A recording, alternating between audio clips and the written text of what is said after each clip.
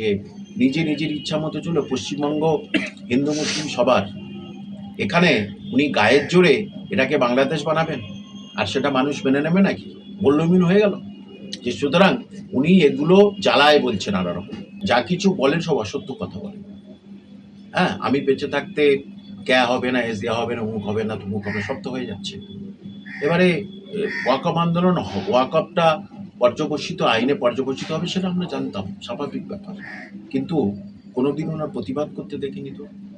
তাহলে ওয়াকআপটা মুসলমানদের আত্মার সঙ্গে জড়িত, মুসলমানদের সেন্টিমেন্টের সঙ্গে, আবেগের সঙ্গে জড়িত, চেতনার সঙ্গে জড়িত। সেখানে আপনি মুসলমানদের ভোটে জিতে আসছেন আর মুসলমানদের নিয়ে কোনো কথা বলছেন না কেন? সুতরাং এখান থেকে বোঝা যায় উনি কি চাচ্ছেন আর কি বলতে চাচ্ছেন। এটা তো মুখ্যমন্ত্রী ভালো বলতে পারবে যে কেন উনি করেননি, কারণ বহু সম্পত্তি, 400-র উপরে সম্পত্তি হাতছাড়া হয়েছে, পুরো তার কোনো হিসেব নেই। তাহলে সেগুলো তুলবে কী করে? তুলতে গেলেই তো সবাই মানুষ টের পেয়ে যাবে, সেন্ট্রাল গভর্নমেন্ট টের পেয়ে যাবে এতগুলো সম্পত্তি হাতছাড়া করেছে। কিছু মানুষ তৃণমূলের এমএলএ এমপি তারা, আমরা বারবার ববি হাকিমের নাম উঠে আসছে। মহাবীরতলায় কোট আনকোট শোনা যাচ্ছে, সত্য কি মিথ্যা বলতে পারবো, মহাবীরতলায় বেশ কিছু জমি দখল করে রেখেছে, কোট আনকোট শোনা যাচ্ছে, সত্য কি মিথ্যা আমি বলতে পারবো না। এবং তালবাগান রোডে আরেকজন সে ওরকম করে রেখেছে, আবার বললাম শোনা যাচ্ছে।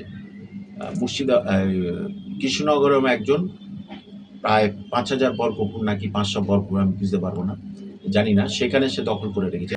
এটা দেখুন, মানুষ জানে অনেক কিছু, কিন্তু প্রতিবাদটা করছে কে বলুন তো? আমি কামাল হোসেন গলা ফাটাচ্ছি, আর কে আছে বলুন গলা ফাটাচ্ছে? নওশাদ সিদ্দিকী গলা ফাটাচ্ছে, আর কে গলা ফাটাচ্ছে? সব তো তৃণমূলের লিডার, যারা মুসলিম লিডার, তারা তো চুপ করে বসে আছে। গলা ফাটালেই তাদের তো পথ চলে যাবে, তারা জানে না। আমার সঙ্গে কেউ যোগাযোগ করেনি তেমনভাবে, আর যোগাযোগ করলে যে সে ডাকলো আমি চলে যাবো নাকি? দেখবো না তারা কিরাম, কেমন ধরনের, কি চায় তারা।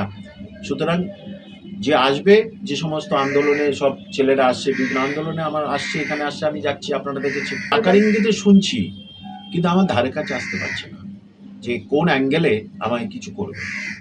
হ্যাঁ, সেটা তো উনি বুঝতে পারছে না যে কোন অ্যাঙ্গেলে আমাকে কিছু থ্রেট দেবে, অ্যারেস্ট করবে, সেরকম কিছু নেই।